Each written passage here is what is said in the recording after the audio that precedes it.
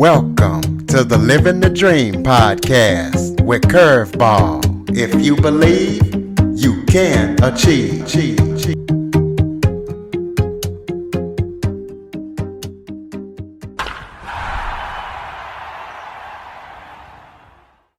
Welcome to the Living the Dream with Curveball podcast, a show where I interview guests that teach, motivate, and inspire.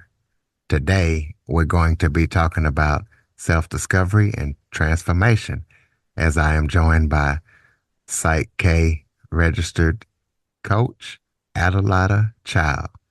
Adelajda got on her journey as she started out in the corporate world, but she faced burnout, but she was able to bounce back from that, and now she's helping others. So we're going to be talking to her about her journey, everything that she's up to, and what it means to be Psych K registered. So Adelajda, thank you so much for joining me today. Hi, Curtis. Thank you so much for having me here today. Well, why don't you start off by telling everybody a little bit about yourself? Sure. So I teach individuals around the world how to quickly and efficiently break free from limiting beliefs, stress, and any roadblocks so they can unlock their full potential by using neuroscience-based processes. By reprogramming mind, they can create the life they dreamed of, and whatever it means, overcoming personal challenges, enhancing relationships, working with abundance, or achieving career goals. However, my journey did not start that easy and fun. My journey started with burnout, and it was complete disaster. So I'm a living proof that you can start from zero and build yourself up from burnout to amazing work, to amazing relationships, and to just living your dreams. So now I guide others to do what I did. Okay, so a certified Psych K registered instructor. Explain to the listeners what that is. So, well, let me first start what is Psych K. Psych K is a proven method to reprogram subconscious mind. Mind that actually is responsible for many beliefs that we carry inside of us. Psych K was created about 36 years ago by Rob Williams. He was certified marriage counselor, therapist, and he discovered that modality, and later he was teaching it around the world. And now there are instructors. Actually, there are about 29 instructors in the world. So I am blessed to be one of them. And what I teach workshops that are online and in person around the world. Not only here in Los Angeles area where I live, but also in Sedona, beautiful in Arizona place, and also in Europe. Psych K is this fantastic modality that allows person who uses it to reprogram any type of stress and any type of even trauma. Because often stress holds us back from becoming who we really are inside. So that would be the long story short. So what do you have to do to get actually certified in Psych K? That's a wonderful question. So first of all, you do have to, for 2 years, have your own personal practice, where you help people to overcome their limitations. I started as a health coach and a life coach. When I was going through my practice and working with other people, I was missing something, like missing a tool that I really could use that would help my clients. And by searching different tools, I found Psych K. So that allowed me to really to take my clients to another level. And when I worked with Psych K for about 2 years, I looked at what is the step to become instructor and start teaching it, because I truly believe that anyone should have this modality for their own purposes. Not only coaches and health coaches or life coaches, but truly everyday person. If we would have tools that help us to overcome stress daily, that you don't need to have a coach, or you don't need to have someone that will help you to motivate you, but something that you have in your literally pocket, right? And use it anytime that you feel stressed, or you actually discovered something about yourself that you were blocking, like believing that you're not good enough. And so once I was ready for that, I applied, and I was able to become one of the instructors. That was a beautiful, beautiful route to become one of them. Yeah. So kind of walk the listeners through your career before this, and then tell us about your experience with burnout and what you did to overcome it, and how listeners give us some tips of what we can do to overcome burnout. Okay. So my burnout happened in 2010, when I found myself being fired from my job that I actually didn't like anyway. And then I finished another relationship that was a disaster.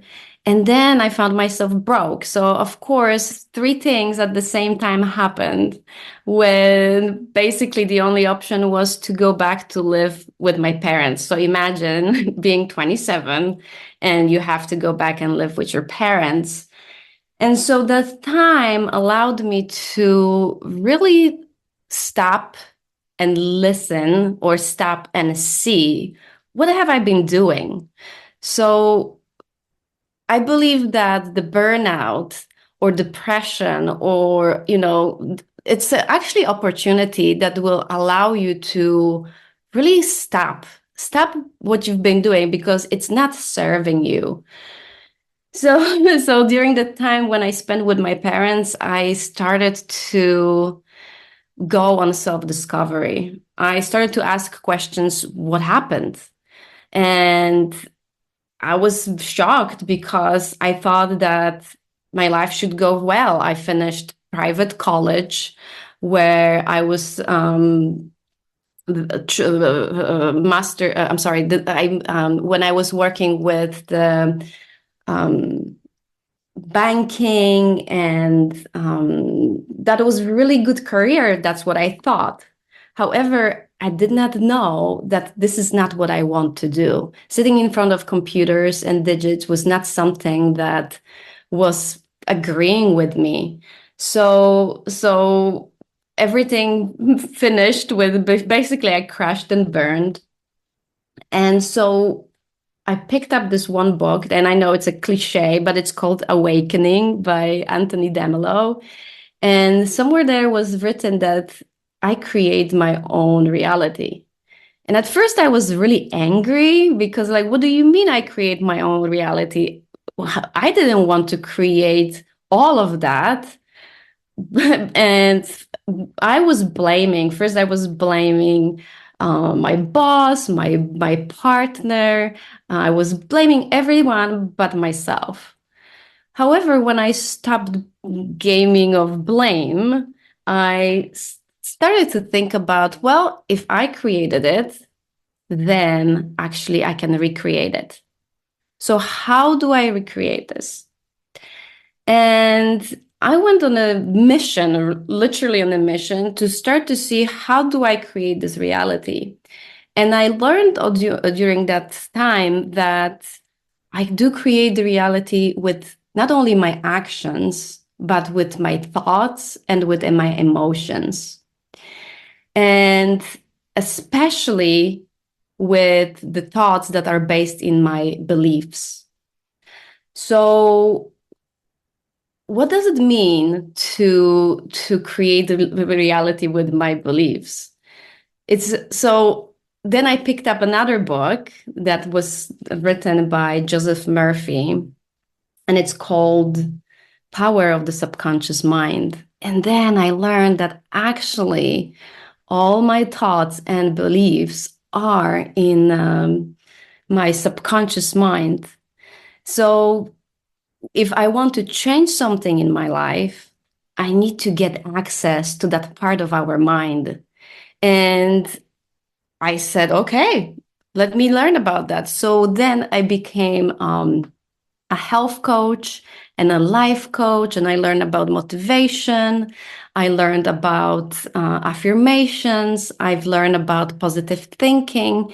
And yet it was really difficult to motivate my clients, motivate them in a way so they can stay motivated, because they would start, I think many people can relate that we start with this amazing attitude, and then after a week or two, it's just not working for us. So, so first I was, okay, maybe I am not trained enough. Maybe I have to do more training. So I went and I did more trainings and more different modalities.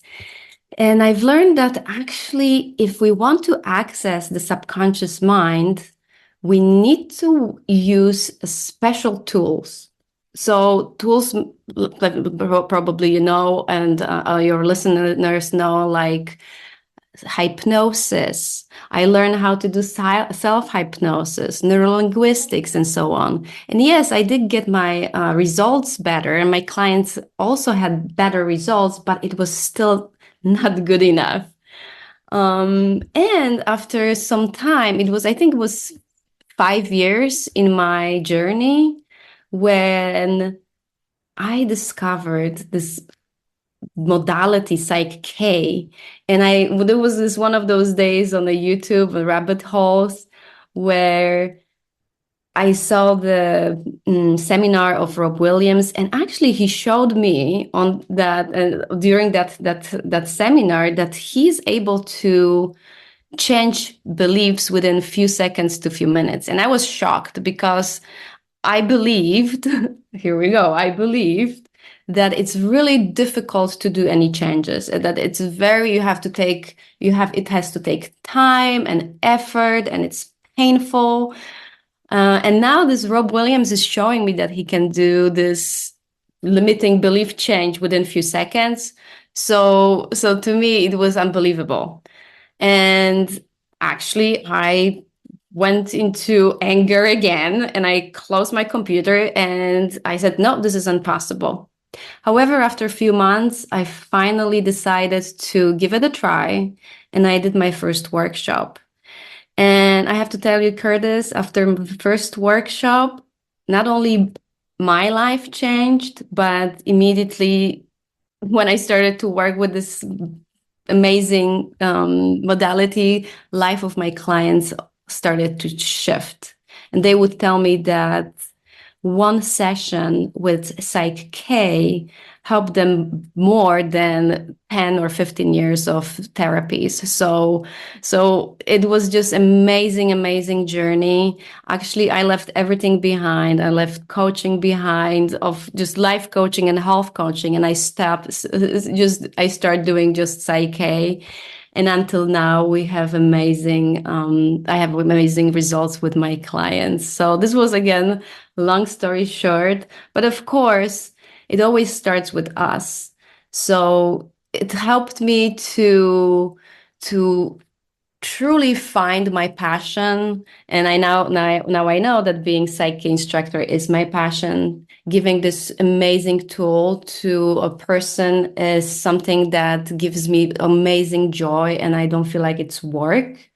But also I was able to work with my challenges like financial abundance and the relationships. I found amazing men, and when before I was struggling with relationships, and I discovered that if I change my limiting beliefs in the subconscious mind, I'm able to truly change anything with ease and efficiency.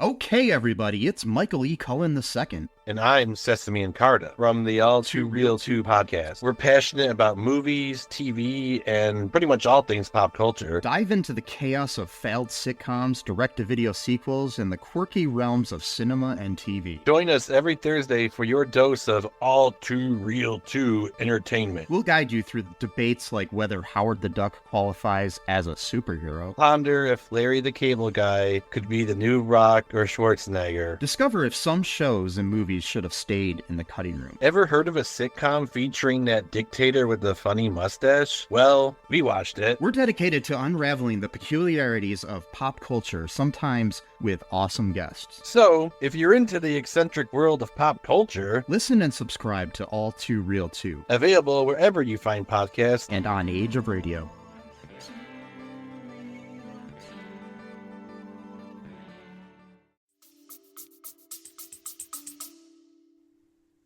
We'll talk about how listeners can, the importance for people to be able to identify and change unhealthy coping mechanisms, and also talk about some of the unhealthy coping mechanisms that you had and how you overcame them. Thank you for talking about that. Yes.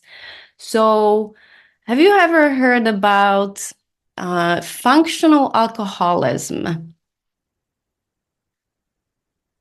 If not, then let me tell you about it. It's really very innocent. It's that drink after work that you have, that glass of wine that you have, and then you just, the next day you wake up, you go to work, then come back, and then after dinner you have another glass of wine. And it changes. I mean, changes. It doesn't change. So then you found yourself that actually you drink every day. And I found myself actually drinking every day.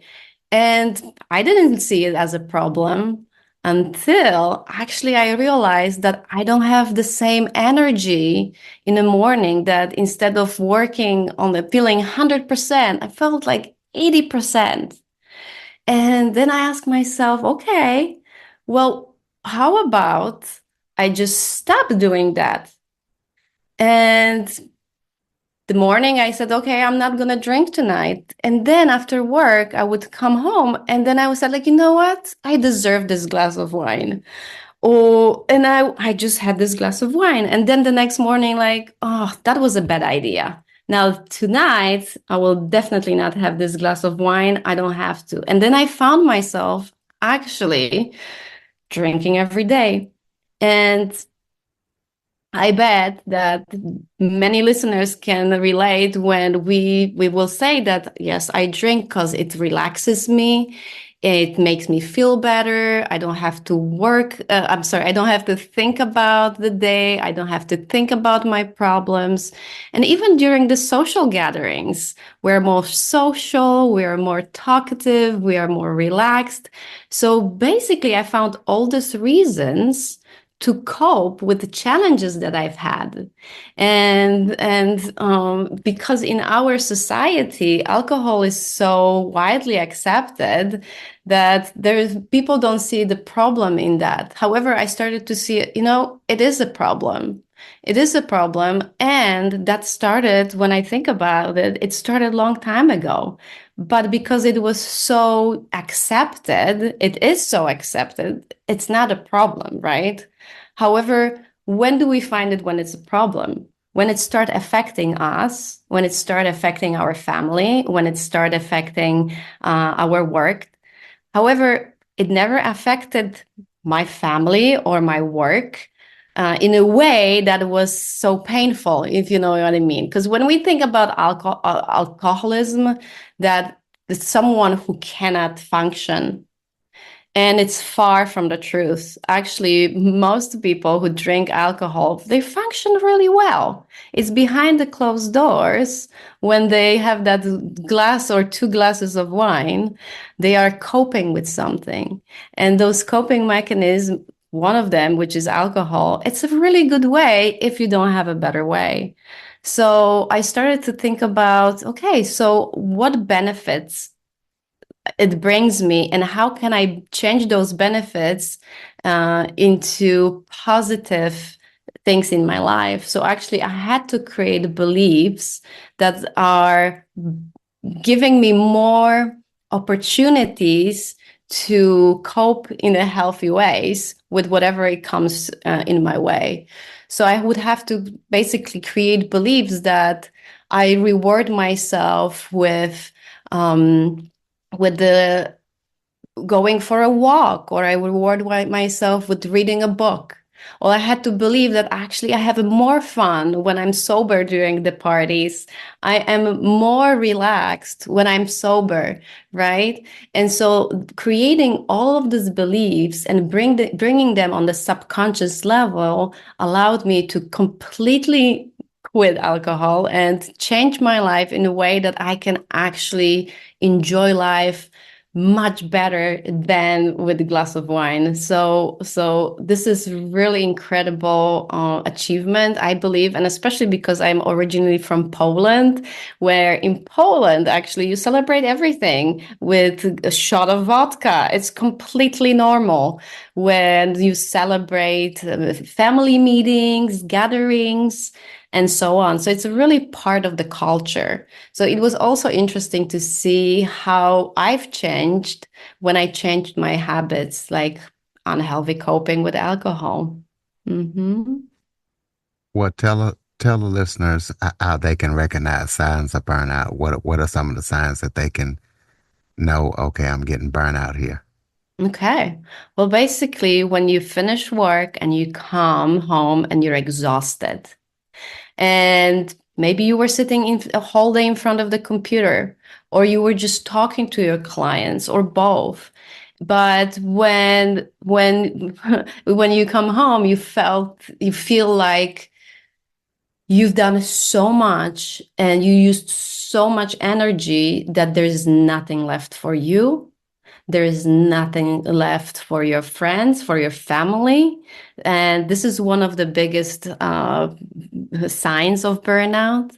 Another one, when you don't feel excited going to work, when you don't feel excited to starting your day, it feels like a drag. It feels like this is something that is just very heavy. It's a heavy feeling when basically you just feel like you don't care. When you are already there, this is the biggest sign for yourself, to yourself, that this is something that is, it doesn't agree with you. Being at work, not having, not being in mood to do just everyday tasks is another big sign. So think about it and answer those questions. Am I tired?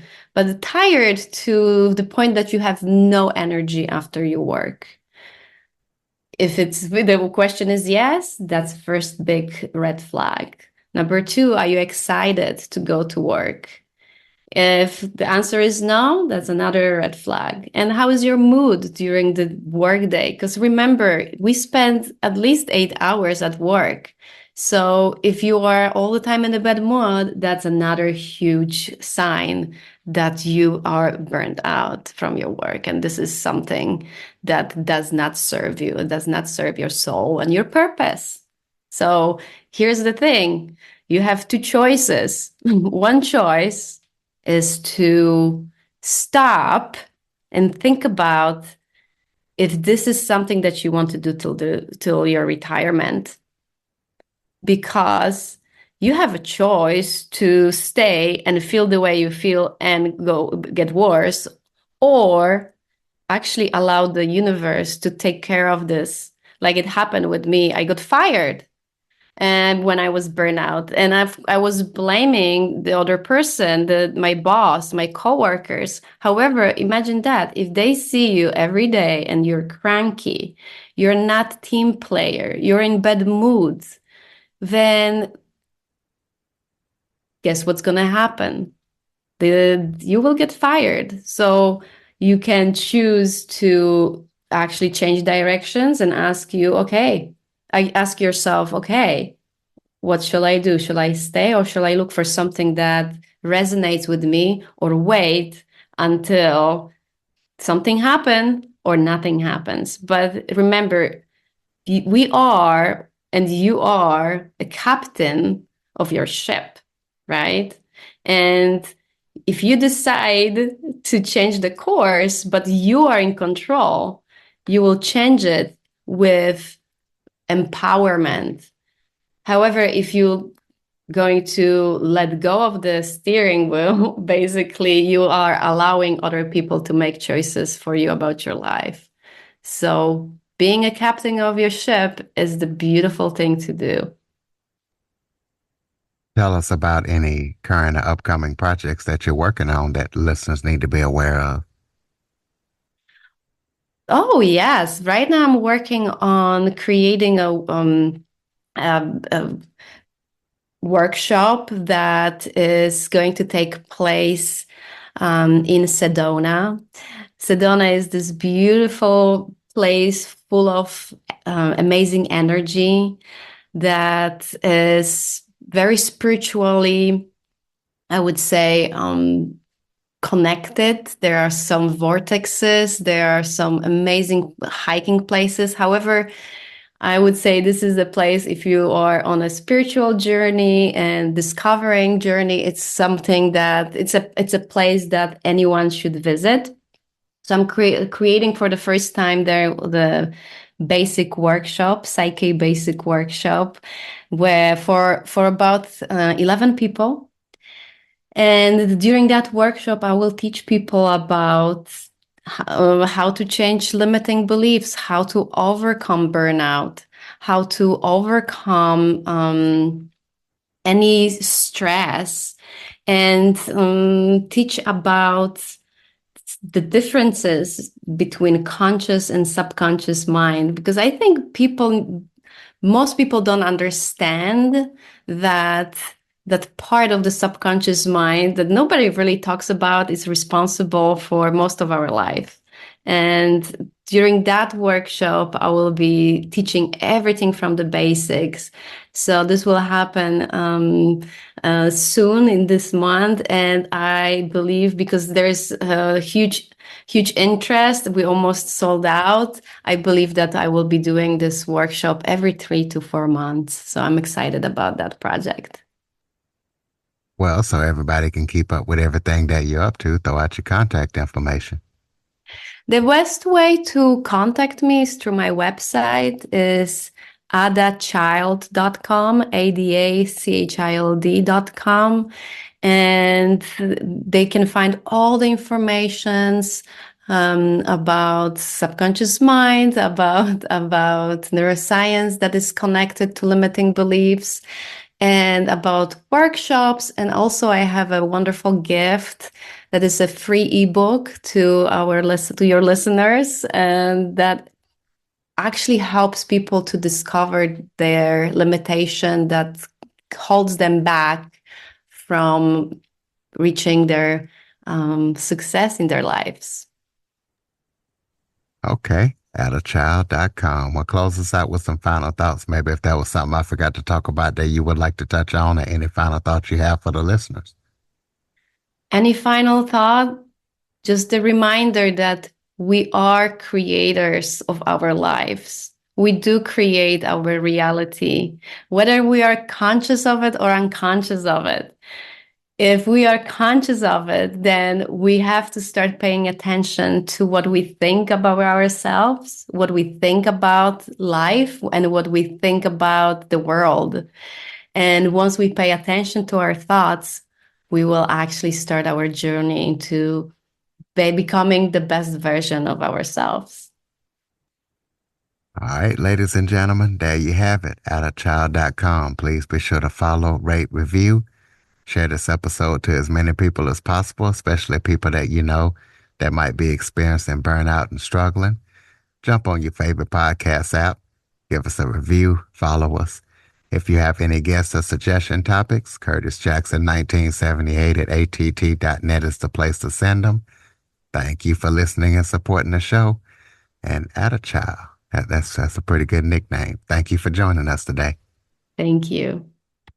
For more information on the Living the Dream podcast, visit www.djcurveball.com. Until next time, stay focused on living the dream.